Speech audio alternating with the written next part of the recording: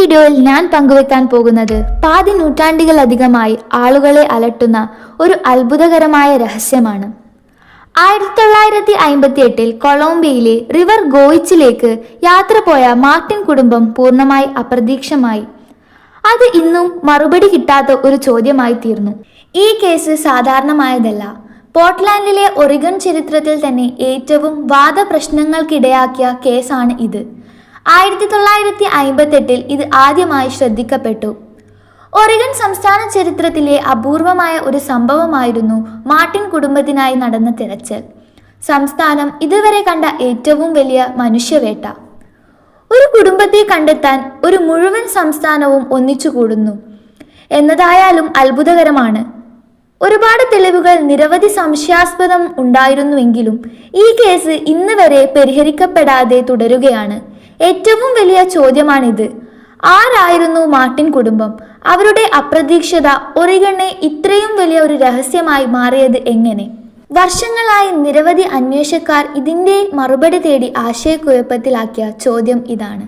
ഇനി തയ്യാറാകൂ, മാർട്ടിൻ കുടുംബത്തിൻ്റെ അപ്രതീക്ഷിതയെക്കുറിച്ചുള്ള പൂർണ്ണ കഥ കേൾക്കാൻ. ഒരു മറുപടി കിട്ടാത്ത രഹസ്യം. കെൻ മാർട്ടിൻ 1904 ജനിച്ചത്.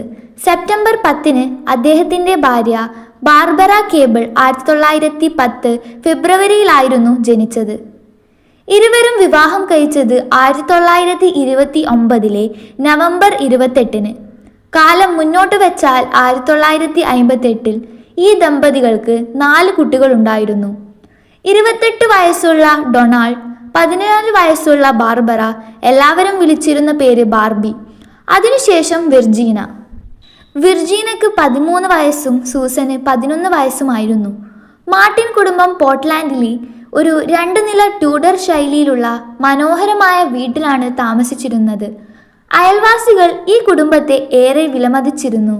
അവർ സമൂഹത്തിന്റെ വളരെ സജീവമായി പങ്കെടുത്തിരുന്നവരായിരുന്നു.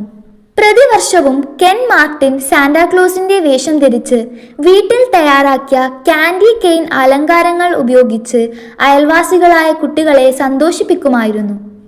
അവരുടെ മൂത്ത മകൻ ഡൊണാൾഡ് ആ സമയത്ത് നേവിയിൽ സേവനമനുഷ്ഠിച്ച് ന്യൂയോർക്കിലാണ് നിലനിൽക്കുന്നത്. ഈ കുടുംബത്തിന്റെ സജീവവും തുറന്ന മനസ്സുള്ള സ്വഭാവവും അവരെ അയൽക്കാർക്ക് ഇടയിൽ വളരെ പ്രശസ്തരാക്കിയിരുന്നു. ഇതാണ് മാർട്ടിൻ കുടുംബത്തിന്റെ ജീവിതത്തിലേക്ക് ഒരു ചെറിയൊരു ജാലക ദർശനം. ഒരു സഹജീവിതത്തിന്റെയും ഐക്യത്തിന്റെയും യഥാർത്ഥ